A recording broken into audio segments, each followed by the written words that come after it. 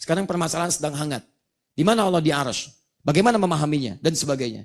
Itu semua punya keyakinan Allah itu mujidul wujud. Allah yang paling tinggi, tidak sama dengan makhluk. Karena kaidah dalam ilmu tauhid, ketika akan memahami Allah, harus ada kaidah tanzihun min sifatil makhluk. Allah mesti dibebaskan dari sifat-sifat makhluk. Dibebaskan dari sifat-sifat makhluk. Tidak boleh sama. Sebab kalau Allah sama dengan makhluk atau di bawah makhluk, itu artinya ketuhanan sifat uluhiyah Allah itu hilang di situ. Makanya kita menolak misal, ya maaf, Tuhan lebih daripada satu. Karena yang lebih daripada satu sifat makhluk. Makhluk itu dilahirkan dan melahirkan. Sedangkan sifat Allah mesti beda dengan makhluk. Lam yalid walam yulad. Jadi ketika ada yang mengakui Tuhan, Tuhannya sempat dilahirkan, atau lebih daripada satu, kita tolak. Karena itu sifat makhluk. Apalagi yang lebih lemah daripada makhluk. Misal, baik Tuhan berwujud manusia. Mesti pada perbedaan antara manusia dengan Tuhan. Misal Tuhannya dari patung. Patung aja dibuat manusia. Patung lebih lemah daripada manusia. Bagaimana mau dijadikan sebagai Tuhan? Anda yang bikin, Anda yang nyembah. Lah bagaimana di sini? Lemah sifatnya di situ. Karena itu ketika beda sifat dengan makhluk, itulah yang disebut dengan khalik. Itu yang disebut dengan khalik. Di antara sifatnya apa? Nih, karena makhluk itu menempat. Allah Subhanahu wa taala tidak disifati dengan sifat-sifat makhluk. Sekalipun dikatakan itu, tapi tetap jangan dipahami sebagai sifat makhluk. Misal, kita ambil dari pendapat yang sangat populer. Sekarang ada dua pertentangan. Asal keduanya itu bagus. Dari sini misalnya, Syekhul Islam Ibnu Taimiyah sampai ke atasnya ketika mengatakan, ya misalnya Allah alal arsy istawa, Allah beristiwa di atas arasnya. Apakah mengatakan kemudian bertempat? Lihat baik-baik. Beliau katakan, ini ada makhluk di bawah di bumi. Di atas ada makhluk di langit. Atas paling tinggi makhluk tertingginya arasy, dan di atas makhluk itulah Allah Subhanahu wa taala. Dipahami uluwun itu tinggi di atas makhluknya. Tinggi di atas makhluknya. Tidak ada yang mengatakan Allah menempat. Tidak ada yang mengatakan Allah menempat. Jadi mengatakan Allah tinggi di atas makhluknya. Persis sama Al-Asy'ari mengatakan Allah tidak menempat. Allahu kana walam yakun lahu makan. Tidak ada tempat karena yang butuh tempat itu makhluk. Sebetulnya dua-duanya bersamaan, punya irisan yang sama. Salafus saleh punya kesamaan dalam kesimpulan. Nah, hanya terjadi kasus-kasus kemudian. Entah siapa yang mengembuskan tiba-tiba. Oh ini rame, ini muncul. Sampai mengatakan ini mujassim, ini bukan. Ada perbedaan teman-teman sekalian. Salah satunya apa? Lihat. Ada di kemudian hari, hadis-hadis yang kalimatnya sangat sensitif. Ayat-ayat Quran yang tidak dipahami dengan kalimat biasa. Makanya kemudian di sini ada beda cara pandang. Yang ini umumnya jangan ditakwilkan. Sudah tempatkan seperti ayatnya saja begitu. Hadisnya demikian begitu. Contoh, misal, yadullahi fawqa aydihim. Tangan Allah di atas tangan yang lainnya. Apa kalimat yad di situ? Sudah. Yad, itu yad dipahami maknanya yad dalam bahasa Arab. Tapi bagaimana cara memahami dilekatkan pada Allah, jangan dipahami oleh kita. Dicukup ayatnya seperti itu, yakini dan pahami demikian. Selesai. Dia tidak menafsirkan dengan tangan, supaya tidak digambarkan tangannya makhluk dan sebagainya. Cukupkan sebagaimana pemahaman ayatnya. Allahu ma'lumun, Allahu ma'rufun, Allah dikenal, diketahui. Wassu'alu anha bid'atun. Bertanya tentang bagaimana, kaif, di situ memunculkan persoalan yang serius. Sehingga menghadirkan bid'ah akidah dalam kehidupan.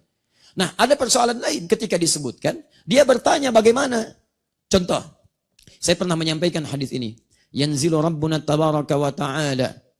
Allah Subhanahu wa ta'ala terjemahan tekstual. Turun yanzilu Rabbuna tabaraka wa ta'ala fi thulutsai akhir minal lail ila sama'id dunya. Diterjemahkan tekstual, Allah turun ke langit dunia setiap di sepertiga malam. Turun. Tiba-tiba ada yang memahami begini.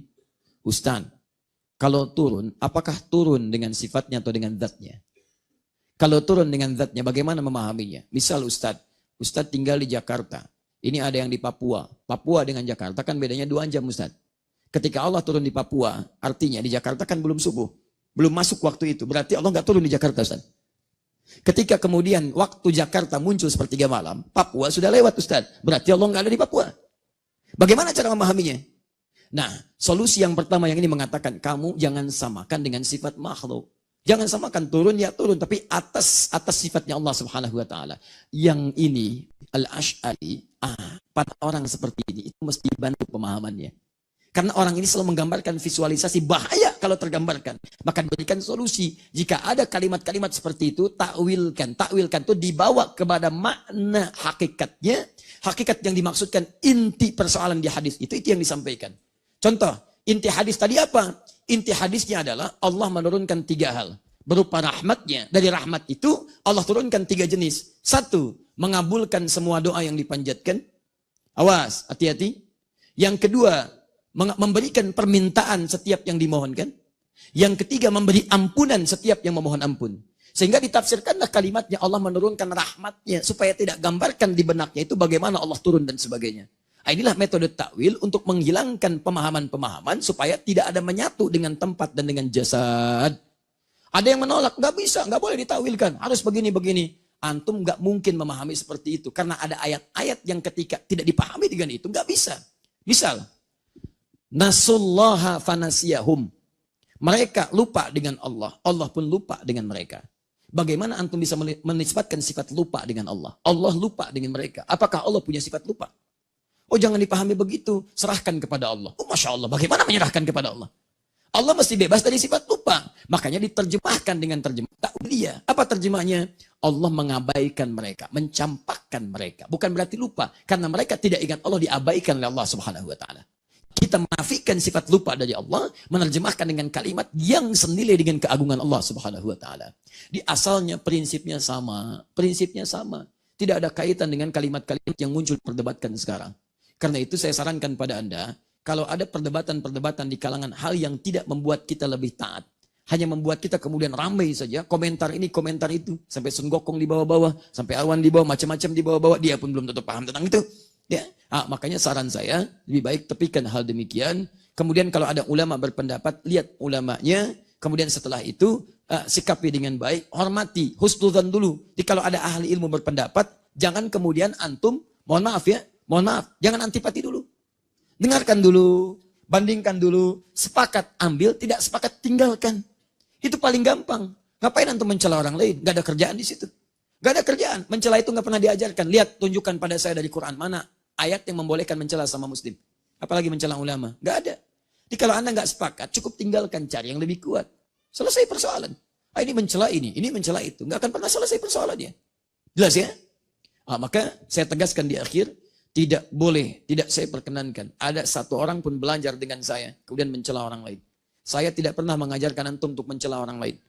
Ambil pendapat yang baik, kalau sesuai dengan ukuran tadi. Tidak sepakat, Anda tinggalkan. Silakan tunjukkan pada saya, kapan saya mengajarkan Anda mencela orang lain. Karena itu kalau ada seorang belajar dengan saya, dan dia terbiasa mencela orang, saya berlepas diri di hadapan Allah Subhanahu wa ta'ala, dari keterangan pernah mengajarkannya. Jadi teman-teman sekalian, mari kita berubah cara pandang kita, berubah dengan lebih baik. Kalau seperti ini, kita akan beribadah dengan tenang. Tenang sekali kita. Ambil referensinya, baik kita ambil. Tidak baik kita tinggalkan. Dan jalin ukhuwah di antara kita. Perbedaan pendapat jangan sampai menyebabkan kita tidak bisa duduk bersama dan sambil minum teh bersama. Allahu Akbar walillahil hamd. Sami'allahu liman hamidah. Assalamualaikum. Sampai di akhirnya. Alhamdulillah. Dan itu indah.